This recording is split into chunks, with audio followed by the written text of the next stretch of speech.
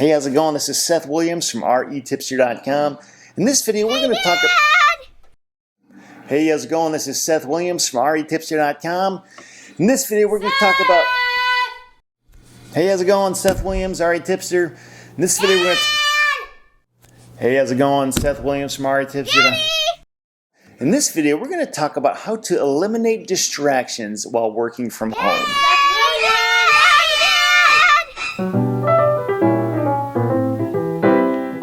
Okay, so if you're working from home on any kind of self-employment, entrepreneurial endeavor, it's pretty much a guarantee that there's going to be a lot of distractions around you. Unless you live by yourself in complete and total isolation, chances are there's going to be interruptions throughout your day, whether it's from family members or screaming kids or barking dogs. I mean, you name it. That's just the name of the game when you're trying to do work-related activities from home, because your house is not the same as a corporate office environment unless you take some steps to make it that way. Because if you don't get this figured out, you're going to have a much harder time getting anything done in your business. So first of all, I've found it's really helpful to establish and very clearly communicate what your work schedule is going to be. You got to figure out what time of the day and what days of the week you're going to sit down and dedicate your full attention to your working activities. Whether you're going to do this from Monday through Friday from 9 a.m. to 5 p.m. or second shift, or weekends only, whatever it's going to be, make sure that's very clear and scheduled. And most importantly, communicate this to the people that you live with. Make sure that they understand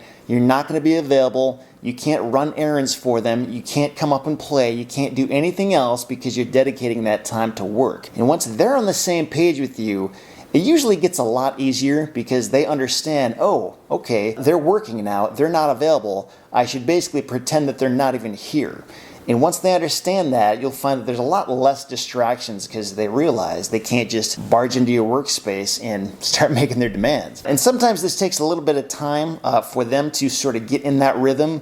But if you create that kind of plan and very clearly communicate and remind people of that, eventually it gets a lot easier. So this actually took probably a few months when I started working from home, but eventually we got most of these kinks worked out and it really works pretty good now. Now, once you've created this schedule and clearly communicated it to the people who live with you, make sure you stick to the plan. Treat this time like gold, because it is gold. Don't spend this time doing anything else that's not work related. Use your time wisely. Don't cheat yourself by doing anything other than work during this time that you've established for yourself. And definitely don't let anybody who lives with you see you doing things that are not work related, because if they see that you're not respecting your own time, why should they? It all starts with you. This can be surprisingly difficult when you have this kind of freedom to do whatever you want all day. So that's why it's very important to stay disciplined about this, and it all starts with you. Now, another thing that can be really helpful is to have a quiet space in the place where you live where there aren't a lot of background noises or people screaming or talking loudly in the background. I have that. However, I realize not everybody has the luxury of this dedicated space where there's no sound intrusions. So if that's your situation, and honestly, that was my situation at first too, I'd encourage you to put on some kind of background noise, whether it's literally white noise or some kind of classical music or something to just drown out the distractions in the background. And actually, one helpful way to do this is to get some noise canceling headphones, whether it's the over-the-ear kind that actually sends a visual message to other people, hey, don't bother me, I can't hear you. That can be one way to do it. Or you can get some of these earbud things that really are not that expensive. I can put a link to these things beneath the video. They really honestly block out most of the perceptible sound in the background. They sound amazing. It's just a really great way to kind of put yourself in your own little world, at least as far as audible distractions go. Now, sometimes there's just something inherently distracting about being in our own homes. Maybe it's the people we live with, maybe it's where we live,